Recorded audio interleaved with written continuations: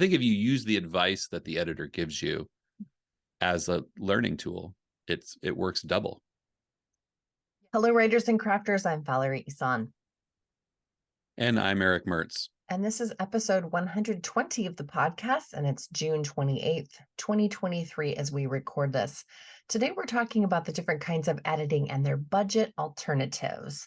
So that'll be really interesting, and hopefully you'll leave the episode with a lot of ideas in your pocket. We want to thank a new patron. We have a new patron this week. Her name is Valerie Sheldon. So hi, Valerie. I'm super happy you're joining the community.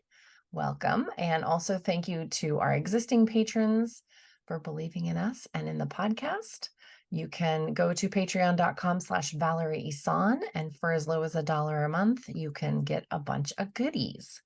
And the tiers increase on the benefits. So go to patreon.com/Valerie Isan to find out all the tiers, and patreon.com/Strange Air Stories if you like paranormal mysteries, short stories. I got to say that. How do I say that better? Paranormal short stories, paranormal mystery short stories, paranormal mystery short stories.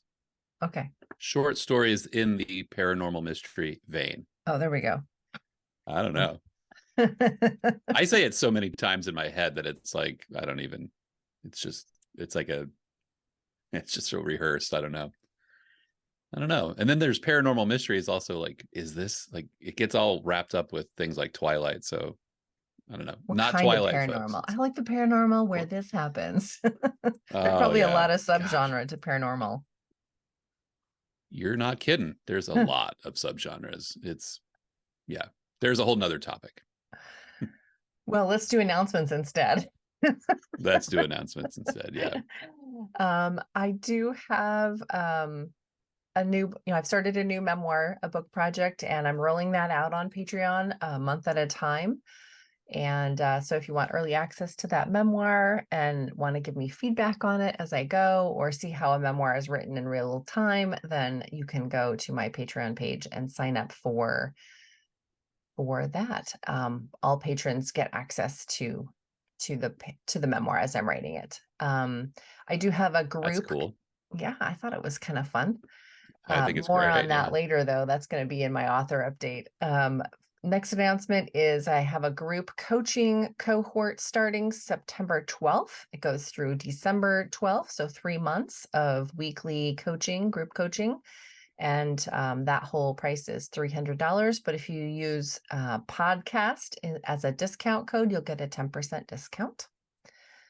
And then another plug for Patreon. I feel like I'm like doing this Patreon like sandwich board thing happening right now, but I did want to talk about the focused fan level of patronage. That's $50 a month, and that includes one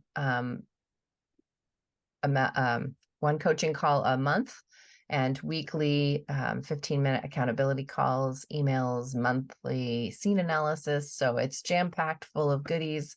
So if you are interested in receiving author coaching or book coaching and are having financial, woes, then that's a good way to get inexpensive coaching. So that's a $50 a month focused fan. So you can go to patreon.com/Valerie Isan and check it out. Any updates or any announcements for you? Well, if you go to Patreon, Strange Air Stories, this week's story, well, last week's story, but it's the most current one, and the video are available for free. So no commitment. You can go check out the new story, Hansel, and then my description, kind of where the story came from, what I was thinking, why I love it. And so check it out.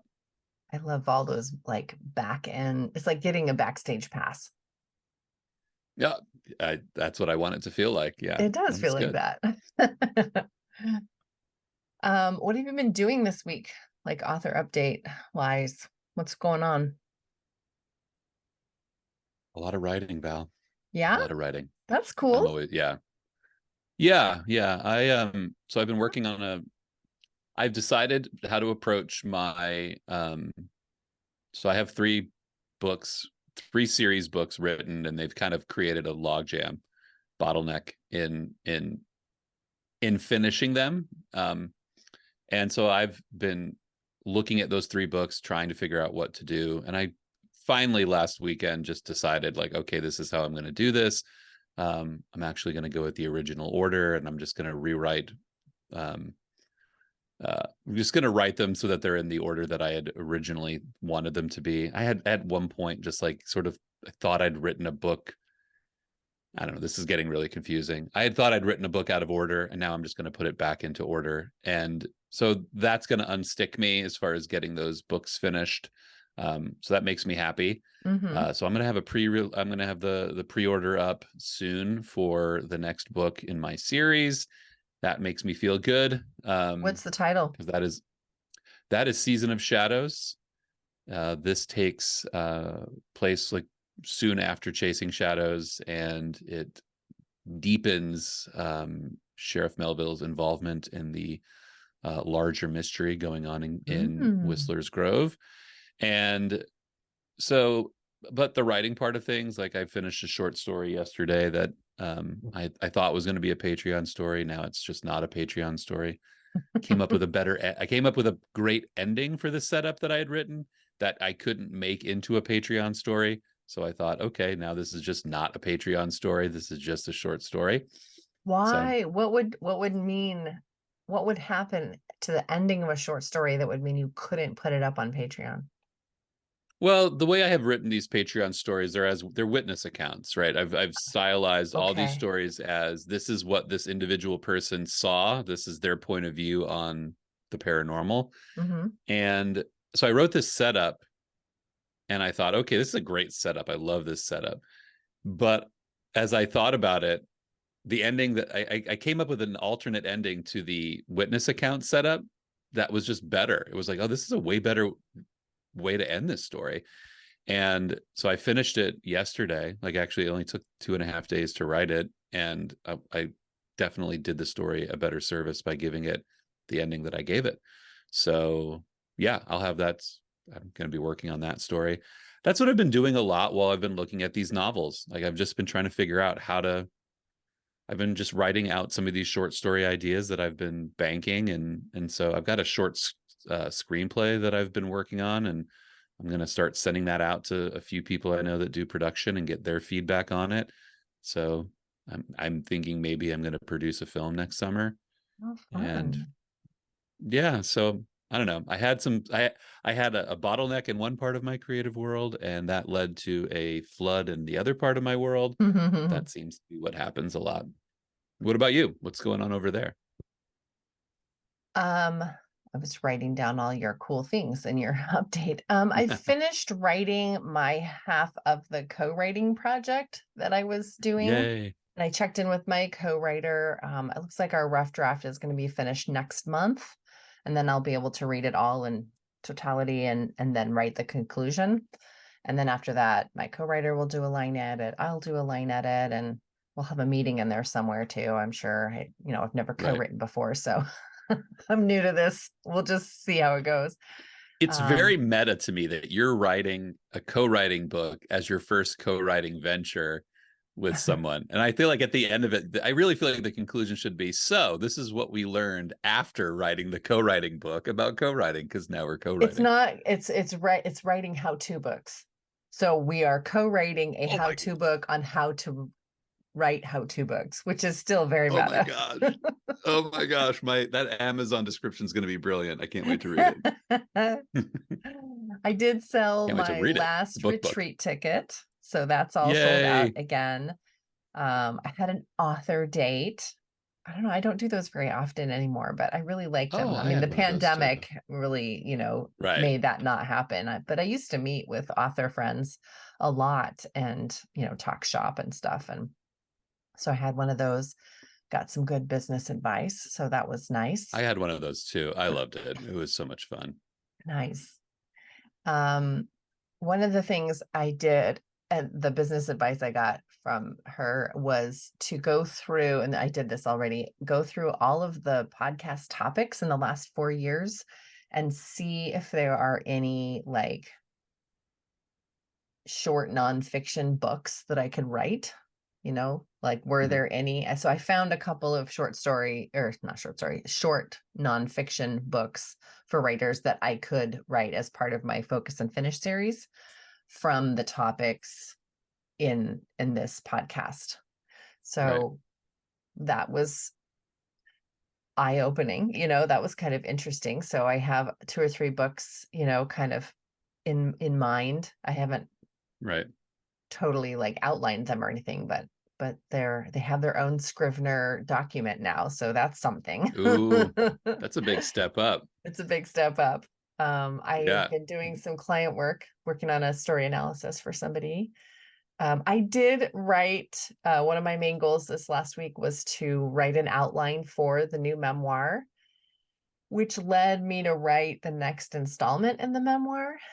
And it's Mm, about outlining, which sounds kind of boring to put in a memoir. But what I found out is I'm really uncomfortable writing a memoir without a theme yet.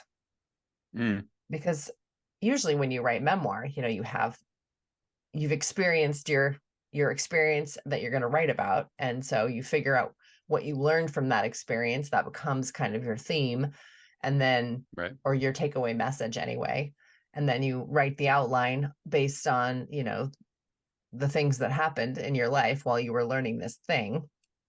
Right. But I can't do that because I haven't moved to Costa Rica yet. I haven't learned. I don't know what it is that I'm going to learn through this move. Right. Right. So Right. it felt really weird to try to like outline it. And so I know like what topics probably will come up. So I guess that's what Right. I did for the outlining. And so when I was journaling about this, what came up was not having a theme, or knowing what it is that I'm going to be writing about Right. was uncomfortable because I don't want to look like I don't know what I'm talking about.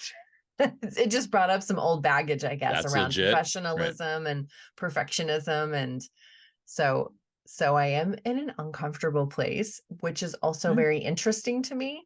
So I'm going with it, I yeah. feel like it's going to make me a better writer by the end of this project because And I am that's the forcing goal. myself to be in a place that I'm uncomfortable with.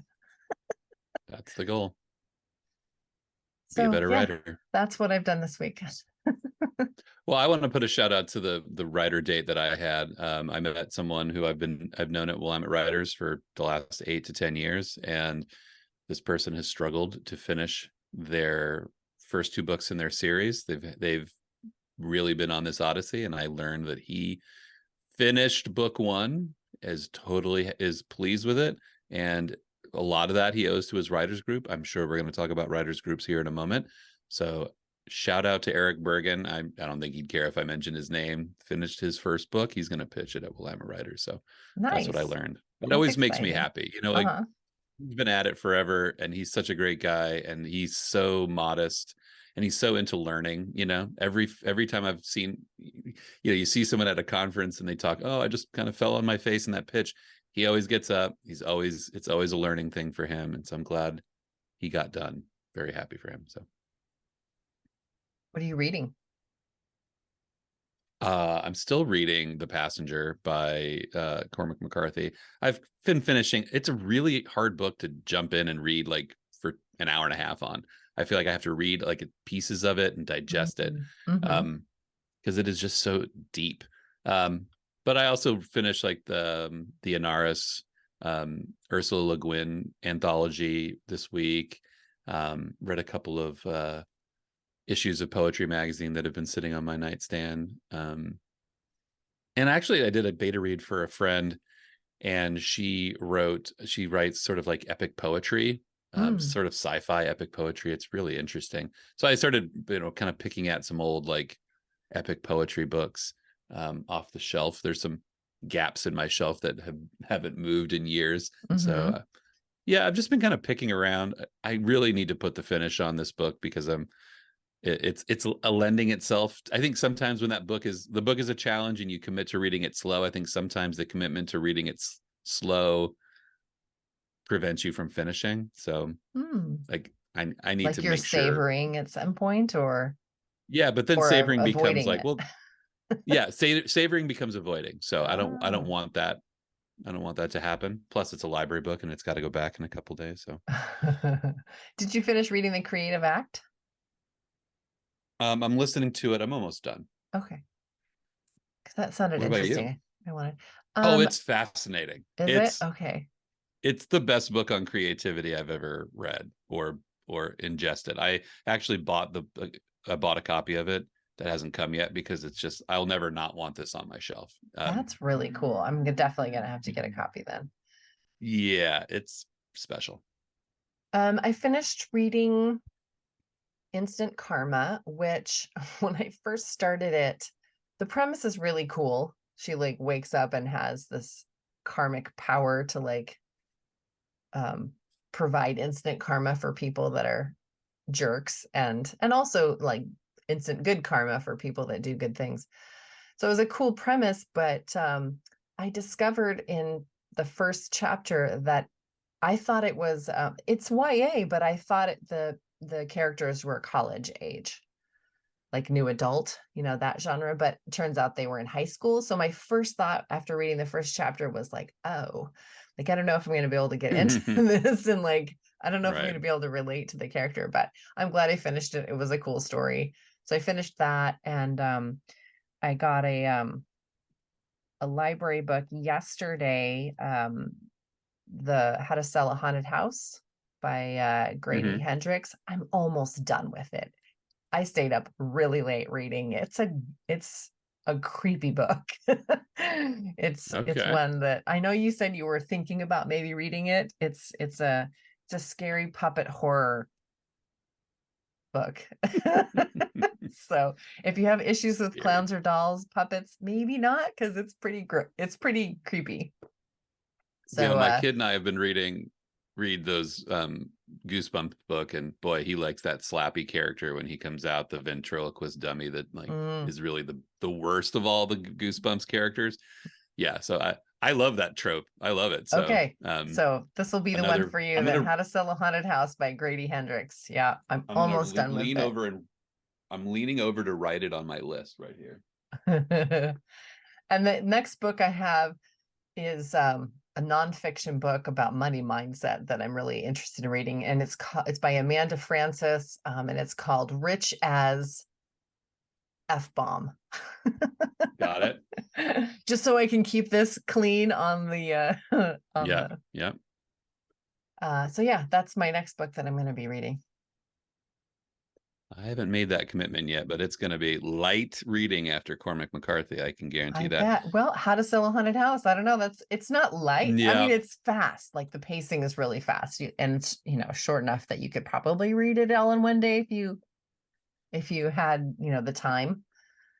Yeah. But part of the I'm stacking books because I'm going to Mexico in like 6 weeks, 8 weeks, and like I'm sort of like looking at my summer reading like, okay, these two books are Mexico books. These are Mexico books. Very good idea. I've got I really want to read Stephen King's Duma Key. It's one of his few books that don't take place in Maine. And I thought, okay, it's like a tropical book. It's like a Gulf of Mexico book. So I thought, well, I should read this while I'm on the Gulf of Mexico. That would only make sense. Yeah. So I'm having this like, this is again, the nerdy reader is like, looks at all future events. Like I'm going to read this book here. Oh, I'm going to Alaska in September. Like, what am I going to read in that trip? I'll keep that, it's too much. People don't do this. No. I have a friend that we used to be in the same women's group, so I haven't talked to her for a long time, but I follow her on Facebook, and she reads by season. So she saves all of the books, like especially October, creepy time, spooky time. She saves all those books for that, month, especially. Yep. But yeah, she'll wait to read a book if it's season specific. If they just sort of like halfway mention it, doesn't matter. But if the setting and the season is part of the setting, then she'll wait and read it in the appropriate season. Yep. I get that. I definitely do that. I save a few horror books for September, October, November, and yeah, I get Mm-hmm. that. All right, well, let's talk And about editing. it's gonna be time too. Like I want to think about writing seasonally too. Like that could be another topic, but I feel like Oh.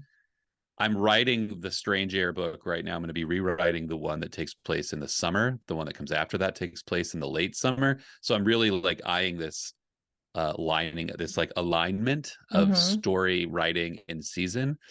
But we'll see. Anyway, another topic. Let's talk Yeah, about editing. that's cool though. I had never Yeah. thought of that. I mean, I've thought about it in terms of like Christmas books for women's fiction and Right. romance are always really popular. Um, but other than that, I hadn't really thought about like writing to season. But Yeah. yeah, that's really cool. Okay, so editing, different types. Got to do it. Got to do it. Yes, and it makes you a better writer and it makes the reading experience so much more enriching for the reader. So, very important to do the editing or having the editing It, done, I guess I should say. it So, makes you a better writer. I wanted to make sure we just noted this early on that it makes the draft that you submit better because you're using the comments that the editor gives you. But I think if you're looking at things long term, it's the comments when you see the comments that editor gives you at all stages. I think it makes you a better writer because then you're internalizing, okay, mhm. like my character's lagging in a developmental sense, or I have crutch words in a line editing sense. So I think if you use the advice that the editor gives you as a learning tool, it works double.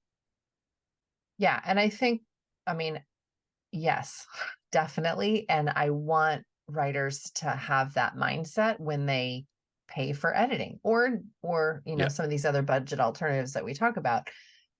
But yes, the end goal is to internalize stories so much, that you kind of don't even need the editing or like you just do it automatically.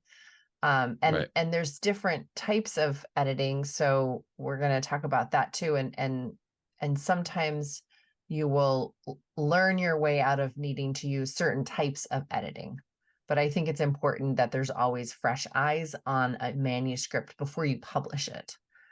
Oh Um, yeah. Yeah. Yeah. so yeah, use the advice, of the editor and you'll get better. Yeah. You want to start at the top? You want to go? We're doing developmental editing first, or are we going to Yeah, I start with think so. proofreading? That makes sense to me. So developmental editing, well, even before that, okay. This is where it gets. So vocabulary is different. Some people Yeah. call Yeah. um, each stage of editing different titles. So it might get kind of confusing. So I think we'll just sort of lump them together. So there's Right. developmental editing, which is also like an editorial assessment, a story analysis, a story diagnostic. Those are kind of all in the same umbrella. The Right. difference is um, developmental editing goes further than just, like a story analysis. But Right. but the editor that you've hired is looking at the same macro things when they're Right. when they're working with you. So for instance, I'm doing a story analysis right now. So what I'm doing is reading the whole manuscript and I'm taking notes and highlighting, comments and things I want the author to know. Um, and I use the story rubric when I'm doing this, and so I'm kind of rating each element of story as I'm doing this. So this is the story analysis, an editorial assessment. So I'm just kind of looking at the whole project macro as a whole. Developmental editors also do that, but then they take it just a little step further and will maybe make suggestions. I mean, I do too, but they'll be a little It's bit not an more in the weeds. expectation. What isn't? It's not an expectation in an analysis to get uh, suggestions for things. Right. And by Right. suggestions, it's like hey, the story really starts on chapter 6, so dump everything before that, or like weave it in a little bit more into the Right. body of the manuscript. Or I really think that um, the voice of character B needs to be refined. And so here's how you would do that. Maybe watch this movie and, or pick an actor, to Right. represent this character so you have a better handle on how this person would be talking in real life. And, sort of those are kind of the suggestions. So they're not going in and changing anything necessarily, although those could be part of the suggestions as well. Like if I Right. yeah. So that's kind of that macro. And those are kind of the things that are called. Now, I want to touch on ghostwriting, which is not editing at all. And we've had an episode on ghostwriting versus developmental editing. But there is a point where I guess I should just let you mention that, because there's a point And where this that is developmental always, editing and ghostwriting kind of yeah. touch Yeah. each other. Yeah. And as I always tell clients who, they want to know what typical looks like, I tell them there is no typical in ghostwriting. It looks like a lot of things. And especially at this stage where, like, I have a lot of clients who will come to me with, broken books or broken screenplays, and they're looking for, they might, maybe they've written 12 chapters and they're burned out, or they don't know how to implement notes given to them. That happens a lot. Mm. Um, so yeah, I will end up taking the book or whatever project it is, and doing the rewrite for them after, consulting the notes they've been given, um, and then consulting them on what they feel about those notes, and I will make those implement those changes for them. It's Again, it's ghostwriting is always, it's nothing is typical, but in this especially, it is, every job is a little bit of a tightrope, because I have to interpret, like, did that editor give them good notes? um is the person is this going to be a teachable moment? um is the book salvageable based on what I'm reading? So yeah, all that comes into it, but I've And done so this as a multiple times. developmental editor, sometimes those are also suggestions that you would be making or implementing as you're working on a manuscript. You might be Yeah. rewriting something, you might be, but usually the editor isn't doing rewrites. That's the ghostwriter, or the Right. author is Yeah. going to be doing that revision. But the developmental Right. editor might be pointing them strongly in one direction. Like, I really think that Right. if you just did this and did this, then it would make the book a whole lot better, or whatever. Right. Okay. Right. And then the editorial assessment, story analysis, story diagnostic, that's all the same kind of thing. And that's the same thing a developmental editor would do, but there's less suggestion and more like, this is what's wrong with the story. So Right. kind of like taking your car to a mechanic and they run the little tests on it. That's a story analysis. Yeah. And there is no implication that they're going to go work on it. Yeah. Nothing's implied that they're going to work on it. So yeah. They Yeah, can and I would say, like, that's suggest. probably top, right? So if you Yeah. that's the top of the funnel. Like, if that is you going to get that story analysis when you're confident enough that you're going to be able to implement those changes, or take those suggestions, translate that into changes, and then execute. And you're going to Maybe use, oh, sorry, go ahead. Well, and then maybe the next down the funnel, I was going to say, is the developmental editor who will give you more of those suggestions, so you're not having to come up with those yourself. Mm-hmm.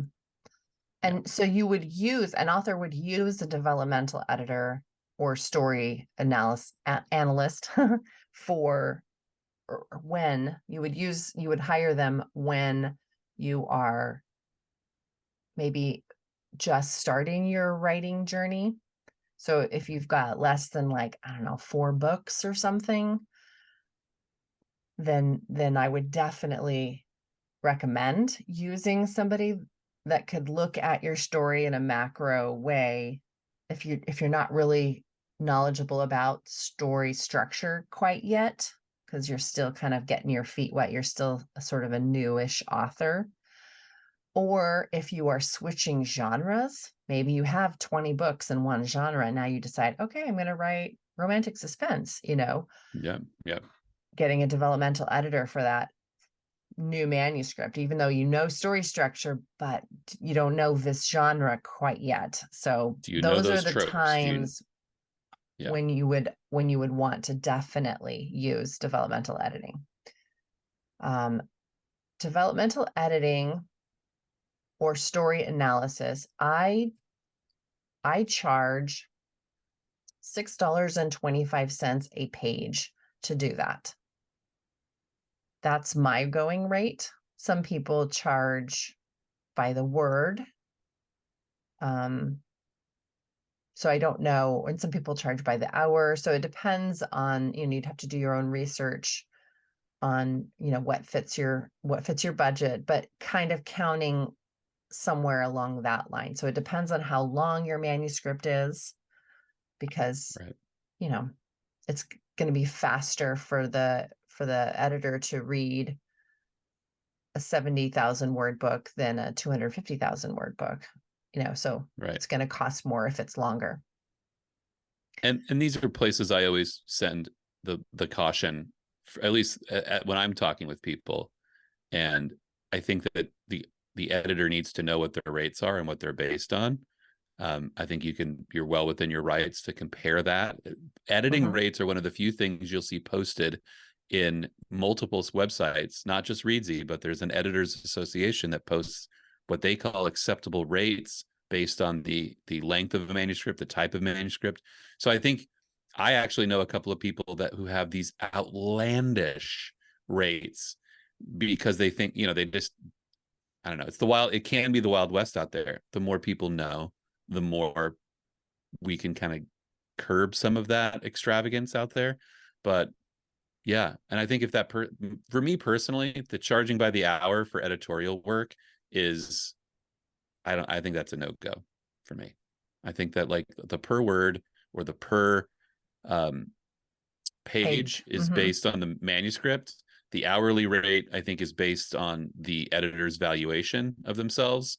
And I don't know if that necessarily, I don't know. I don't like the hourly thing. I would want it based on my book and not on what the editor thinks they're worth. But again, that's another conversation. Pricing in this business is all over the map. Yeah, so you could, like Eric said, you could go to Readsy to find out like what the going rate is. Also editorsguild.com, I think, or Editors .org. Guild. They will tell you kind of ranges for certain types of editors and what they charge. So you can get an idea of what the industry standard is, and then there'll be Right. fluctuations probably based on experience. I think Readsy is a little more like what's the going rate involving the sort of indie world.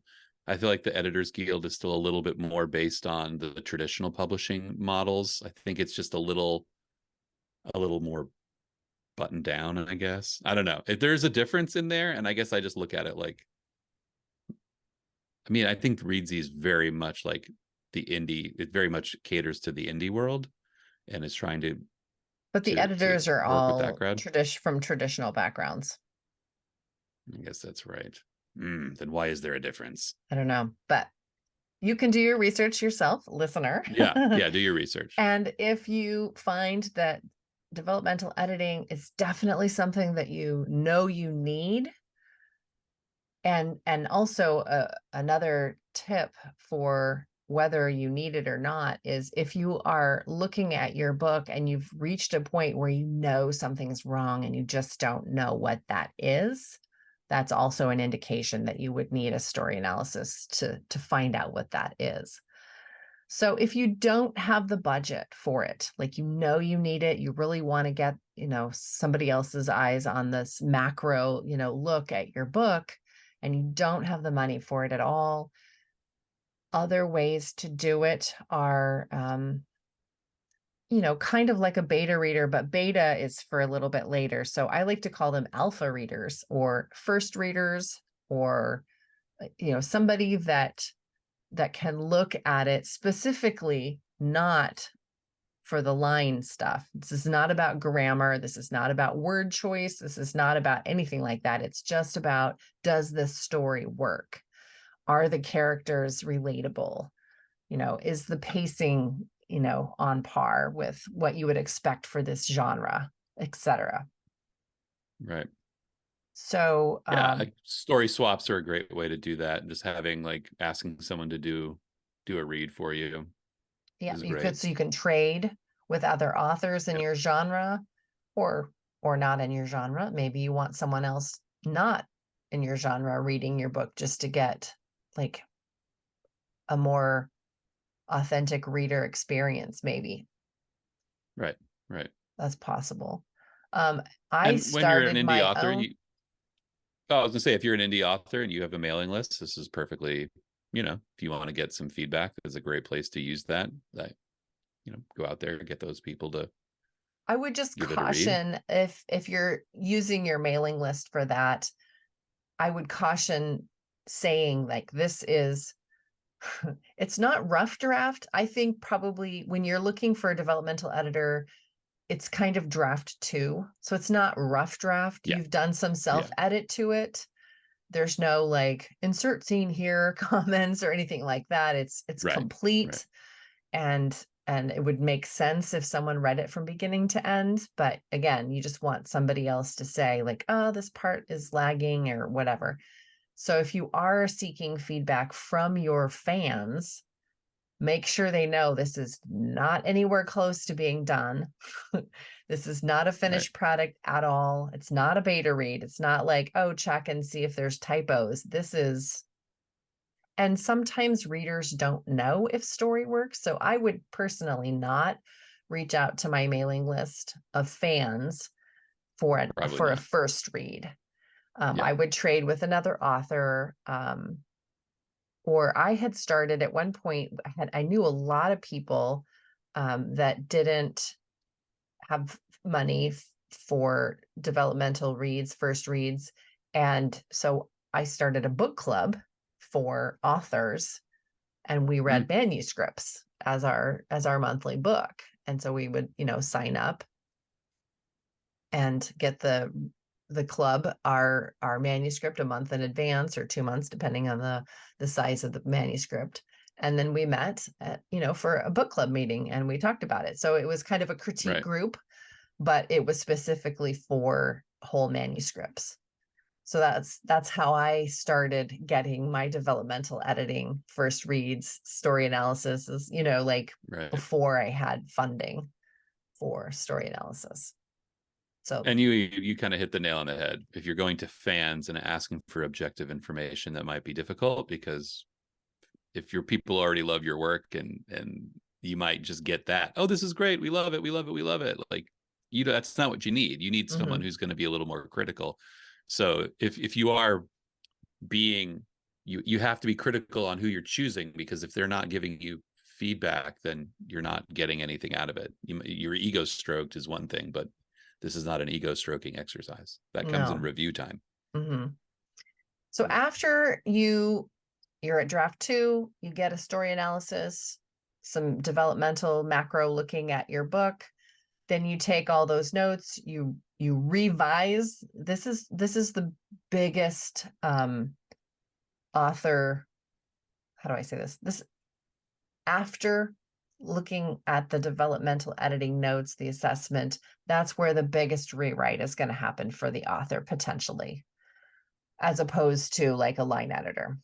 Because Right. again, it's that macro, like this character doesn't work. You have to go through the whole book and change the voice, or this character is not realistic. I think it should not even be in the book, or, whatever, like this whole subplot doesn't work anymore if you do this. So you have to, so there's a lot more rewriting that happens after an editorial assessment or a developmental edit.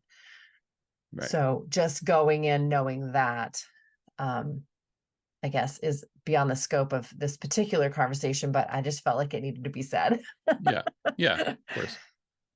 And then after And you this is do, hard. This is the hardest part. Like when you yeah, talked about parts, like this is learning how to take feedback is something that and what to do with it and how to implement. That's why people go to ghostwriters when they reach this stage. So if you're on book 2 or 3 and you feel like you're still needing this is not a product of you. This is a product of just the process. mm-hmm, Story is hard to get right the first, second, and third time. That's why we go to other people. mm-hmm, yeah, excellent. And so then after you do that revision and you take into all the editorial comments, and address all of those, and you feel like, okay, this is done, then that's when you would hire a line editor. And the line editor is going to go through every single sentence, make sure that the readability is good, the flow is good, that it's not a confusing, like awkward sentence. Right.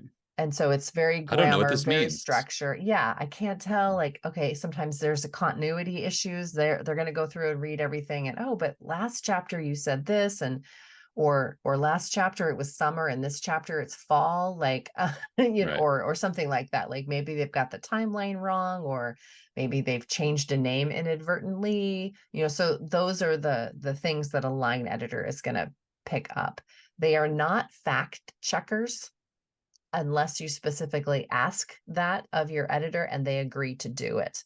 But don't think that they are fact checkers. So that's line editing, and that's what happens in line editing.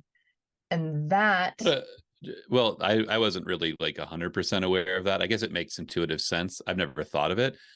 However, a line editor will point out like something that doesn't seem like it might seem like an anomaly or might not seem logical, right? So someone's going to say, "Hey, is this really the way this works? It doesn't seem like." They'll point out logical yeah, gaffes, right? Yeah. yeah. Or places where, I don't know if you can legally say that, or I think that's a breach Well, of copyright, or, whatever. I'm thinking of procedural things or like, Mm-hmm. military tech thing, like I've kind of worked with a guy on his military sort of espionage books. And there's a lot of it that I've read and just said, if all of this is the way it works, it's great. But I Yeah, don't know how like the pecking order in a department or something like that. Okay. yeah, So exactly. research is up to you. Yes, but the line editor might say, maybe research that again. Just make sure that's the way it works. I don't know. Um, Yeah. Yeah. Okay. in terms of pricing, I think I charge. She has to look at the board, people, for those who are listening, I not had watching. erased She's it. I looking at the should have board. looked this up. It's been a while since I've done a line editing. I've been doing this story analysis. I believe that is $5.25 a page. I think that's what I charge. Um, and you'll find other editors that charge less, or some that charge more, some again charge by the word, some charge Right. by the hour. So again, you'll just have to sort of do your research and find something that fits in your budget or that makes sense for you, and that will come back again with a lot of comments. There's more comments and fixing of sentences. You'll have like more red ink, quote unquote, in a line edit than you would in an Yeah. analysis or developmental edit. So it Yeah. might, yeah, it's just the nitty gritty stuff. So don't be Yeah. afraid when you get your manuscript back and you're like, what? There's all this stuff to Right. change. Right. It's really not. It's just moving words around, basically. So if you don't have the funding for line editing, but you'll get better reviews, I think, if you do the line editing personally. Oh, you have So, to. Yeah, you have to. These are the so things. These are the unnecessary negative reviews. These are the, if you just write an 80,000 word book, the last thing you want is somebody to talk about like, oh, they overused this word 1 star. You don't. yeah, Not don't do worth that it. to yourself. And people will do that. Yeah. People will. So So, budget ways to deal with line editing, that's the beta reader. That's the person that will go through and read it. Those could be fans because the yeah, story works. It's just a matter of, is it complicated? Like, does the sentences make sense? Is there any confusion? Do you not know who's Right. talking? Those are the kinds of Right. things that a beta reader could tell you. And that could be a fan, that could be, sometimes I've gone on Facebook and just said, hey, I've got this book. Anybody want to be a beta reader? But if you're doing that, be clear about if you're sourcing free help through beta readers or alpha readers, be very specific about what you need from them because they don't know. They're not professionals. So Right. tell them, I'm looking for feedback on insert stuff here, whether it's, are there any Right. typos or whatever. Just tell them what you're looking for and give them a due date. And yeah, so I guess those would be the two main things I would do if you're Yeah. sourcing from fans or friends. Right. Right. Professionals are working on their timelines, on your timelines, but your friends might not be working on your timelines. It's a favor. So So put a you time limit use on for that. line editing, you also use your critique group. Yeah. Um, well, yeah, I mean, I go to my critique group for story stuff mostly. I Okay. mean, that's my way around developmental editing. Mm-hmm. I write faster than my group does, so I have story swaps going with people to read short stories, just keep each other moving. Mm-hmm. But I do have people in my critique group that offer line edits. So, I mean, hats off to critique group Gary because he gives line edits, like he highlights passive voice, which I love. So yeah, I don't know. For me, this is more where I go to the editor. Like this is just, I want that clean set of eyes. I want that sort of objective, just like sentence doesn't work, move on. Like let's fix it. So after you get But we back, do, what? yeah, we do. It's all story analysis in that For group. your Like critique group. Okay. oh yeah, yeah, yeah. When I was doing my critique group, it was mostly all line editing, with the occasional Hmm. story in there too. And so that's partly why I left after 10 years because I didn't want line edits on rough draft stuff. Yeah. We're all on Too story. soon. And actually, it's interesting because the three of us, the three people who report, who critique me, one is very story oriented. One person will point out every sort of detail, like a pink dress says this, a red dress says that. So, Mm, they'll point out more those details. symbolism. Yeah. Um, that's a that's always an interesting like level on which you're getting your critique. It's like, well, I don't know, he's just wearing jeans. I don't know, guy who wears jeans to a formal party. I don't know, this is just who he What is. does it say um about his character? but it's valuable. You Yeah. have to know those things. So yeah, my line editor relationship is about like, give me the details, give me that nitty gritty. I don't really even I use some of Gary's line editing advice, but very rarely, because by the time I take what he gives me, I'm rewriting the story, and by then the line edits are kind of gone. Right. So yeah, they're gone. They're Um, not kind of gone. They're gone. they're gone. The sentence is Yeah, gone. most of those sentences are gone. So other budget ways to deal with line editing, you can use AI now, Yep, ProWritingAid, Grammarly. What are some of the other ones? those are the two I know. There's something else too. I just blanked on what it was called. Anyway, there are different Right. If you software that you Googled, can get that yeah, will if you help Google you any one of those, your turn. find passive voice or Yeah, find those typos or find that readability stuff. So you can always use that. And that works really well. Although you can't take everything it says, like I use right, it on my stuff too for self-editing and also for clients too, just to make sure I pick up everything. I'll read through manuscripts twice, once with me doing it and then the next with like a ProWritingAid, just to make sure I didn't miss a comma here or something like that. And right, that I take maybe 80% of what they say. It's not like they'll point out a word, I don't think you mean to use this word, but yes, in fact I did mean to use that word. So So you can't take everything the AI stuff says, but it's nice. Yeah, I feel more comfortable having like another input. there are certain things, yeah, you can't take everything it says, because there are certain words or certain phrases that it just does, like, it doesn't know all of like idioms and like phrase. Like there's certain words that I always get, like that Google Docs, like the grammar checker there says is wrong, and I'm like, nope, that's not wrong. Like it's, I just, how do you not know that? I can't, I'm blanking on what those phrases are. So you have to be very specific. You can't just like accept all changes, because And you'll be you making might, mistakes. Yeah. especially if you have characters in voice and using dialogue, because people don't Hmm. speak in grammatical sentences. That's true. Very true. Yeah. So the next We're down to stage then, did we talk, is did we proofreading. say everything about line editing? You can I use, think so, yeah. yeah. Okay. And the budget alternatives. Yeah. And then the next, after you go in and make all those changes that your editor has suggested. Oh, I guess I wanted to also say copy editing is another oft used phrase for line editing.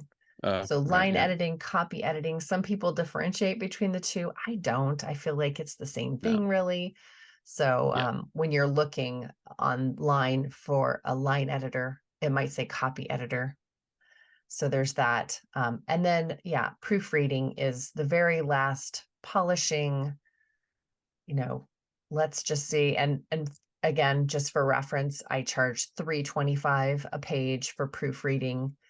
I kind of feel like proofreading is going out the window these days. With AI, you really can use ProWritingAid or Grammarly or something like that as your Yeah. proofreader.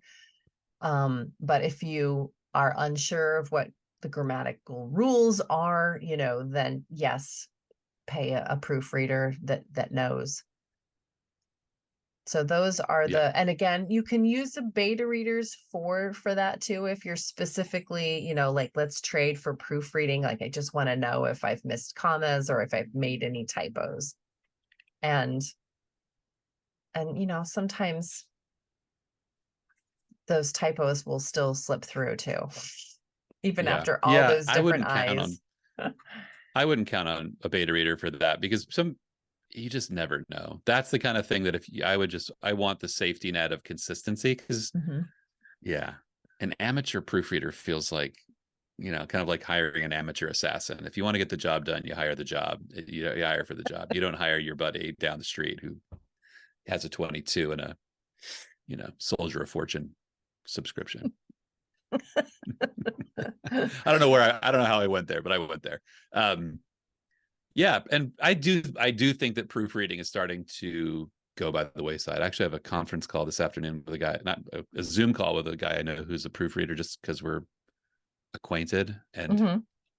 I'm going to ask him about his business, because I feel like if anything in the writing world is being rapidly replaced, it's the proofreader. So Yeah, I haven't had a proofreading client in quite some time. I'm still yeah, getting line edits. That might be heading out as well, because stuff like ProWritingAid is so useful. I mean, it really does teach you how yeah, to write. If you run all the yeah, reports and you look at all of them and read them all and look at the sentences that they're saying, this isn't quite right, and it just makes you look, even if the software is wrong, because you want it to say that because it's a regional dialect that you're putting in, or whatever. If you want it to be like that, it's cool that they still highlight it. So I guess yeah, that's the allure for me using it as an author and as an editor, is that it will point out things. It'll just point at it like, hey, look at this right, sentence. Are you sure that's what you wanted to say? So I feel right, comfortable that I'm not missing anything if I run my manuscript through it. right, right. And So it's that's it. inexpensive. It's Yeah, ten it is. dollars a month if you get the annual, and that's a great deal. I just buy the year thing. And they have a Yeah, lifetime membership too. You can be a lifetime member of ProWriting. I for don't know if four they call hundred it dollars. member. I'm Did looking at the you? page. It's $10 a month. If you bill by the year, it's $400 for a one-time lifetime. And I do have an affiliate link in the show notes for ProWritingAid if Oh, anybody wants yes. to get a little discount, and I'll get a little something too. It doesn't cost any You get difference for you, but a trickle. yeah. All right. Well, that's all I had to say about the different kinds of editings and their budget alternatives. Do you want to add anything? We'll go back to what I said in the beginning. This is a necessary part of writing. This is a Hmm. part of necessarily writing professionally and a necessary part of writing. I think it's become a necessary part of writing well. Like, I think the standard for good writing is higher than ever before. And every one of us needs some help to get there. So no Yeah. matter how many books you write, you talked about somebody who'd written 20 books. That's great. 20 books is great. But that 21st one starts the same place that the first one did. So I Yeah, think you have to that's treat true. them somewhat similar. Yeah. So knowing yourself too as a writer, knowing what your weaknesses are and your strengths. So that also might Right. dictate which of those three. I would say there's three different layers of editing. Then that macro, then the micro, and then that polish. So which of those three you are not good at would be the one you Right. would want to hire out for. Yeah. Um, and if you, I mean, ultimately it's great if you have the budget to do all three, every single book, then like Right. everything that you Then you're publish is safe. going to be awesome. But if you don't have the budget for all three of those, what ones do you definitely need to have? That's another way to look at it in a budgeting mindset. Maybe Right. you just do the story analysis and get that story feedback to make sure the story itself works. And then maybe you're okay with your own grammar, or you use ProWritingAid, um, something like that. Right. So that's Yeah. another There's way a to budget. combination. Yeah. Everybody has to make sort of a business choice. And I think knowing in advance is important, like how you're going to go about the end of your book, presuming the drafting goes well and the first rewrite goes well. Like, I think you just having a plan going into it and not panicking at that point of being done but not sure what to do. I think that's important to keep the book moving. So All right. Well, the next episode is going to be on how to get better at your craft. So this was one ooh, step, actually, the yeah, editing, like hiring for editing, like that will help you reading those editorial feedbacks, yeah, reports, and the comments that you're getting from your beta readers, those that will help you get better at your craft in some ways. So I thought that yeah. would be a good segue into next week if we'll dive a little Great bit idea. deeper on this. So all right. That's great. That's a wrap. Yeah, that's a wrap. It was fun talking to you. You too. Happy writing. I'll see you next See you week. next week. Bye for now. Bye.